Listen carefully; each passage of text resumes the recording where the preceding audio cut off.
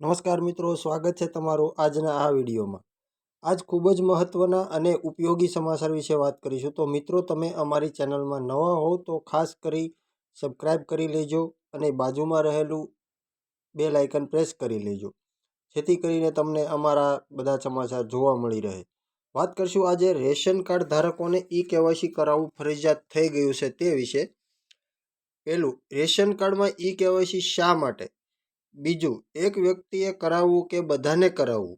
ત્રીજું, ઈ-કેવાયસી નહીં કરાવો તો શું થશે? ચોથું, બહાર રહેતા લોકોએ કેવાયસી કઈ રીતે કરાવવું?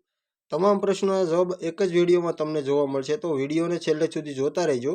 અને મિત્રો, 30 તારીખ સુધી ઈ-કેવાયસી કરાવવું ફરજિયાત છે, નકર તમારો રેશન કાર્ડમાંથી નામ કમી કરી દેવામાં આવશે। તો વાત કરીએ એક રેશન કાર્ડમાં ઈ-કેવાયસી શા માટે કરાવવું તે વિશે। તો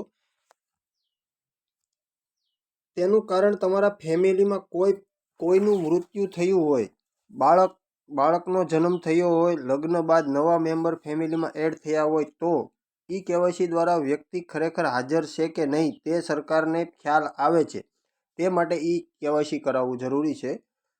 રેશન કાર્ડમાં અનાજ વ્યક્તિ દીઠ મળતું હોવાથી જે કોઈ વ્યક્તિનું મૃત્યુ થાય અને રેશન કાર્ડમાંથી નામ કમી ન કરાવ્યું હોય તો તેના નામનું પણ રેશન મળતું હોય છે, પરંતુ જે વ્યક્તિ મૃત્યુ થયું હોય તેનું ઈ-કેવાયસી તો થવાનું જ નથી, માટે સરકારને ખબર પડી જશે કે વ્યક્તિ હાજર નથી અને તે વ્યક્તિના નામનું રેશન બંધ કરી દેવામાં આવશે।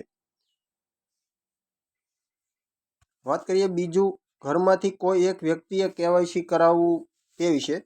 વાસ્તવિકમાં ઈ-કેવાયસી રેશન કાર્ડમાં સમાવેશ નામના તમામ વ્યક્તિએ કરાવવું જરૂરી છે।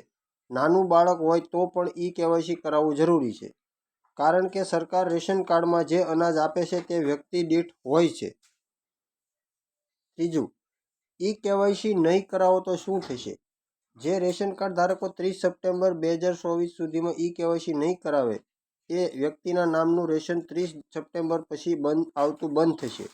રેશન કાર્ડમાં રેશન તો મળશે જ, પરંતુ જે વ્યક્તિએ ઈ-કેવાયસી ન કરાવ્યું હોય તો એ વ્યક્તિના ભાગનો જથ્થો ઓછો મળશે। આપેલ તારીખ પછી પણ ઈ-કેવાયસી કરાવી શકો છો અને જ્યારથી કેવાયસી કરાવશો ત્યારથી જ વ્યક્તિનું નામ ફરી મળવાનું ચાલુ થઈ જશે। વાત કરીએ ચોથા મુદ્દા વિશે। તો જે લોકો બહાર રહેતા હોય, ફેમિલી સાથે હોય, એ લોકોએ ઈ-કેવાયસી કઈ રીતે કરાવવું?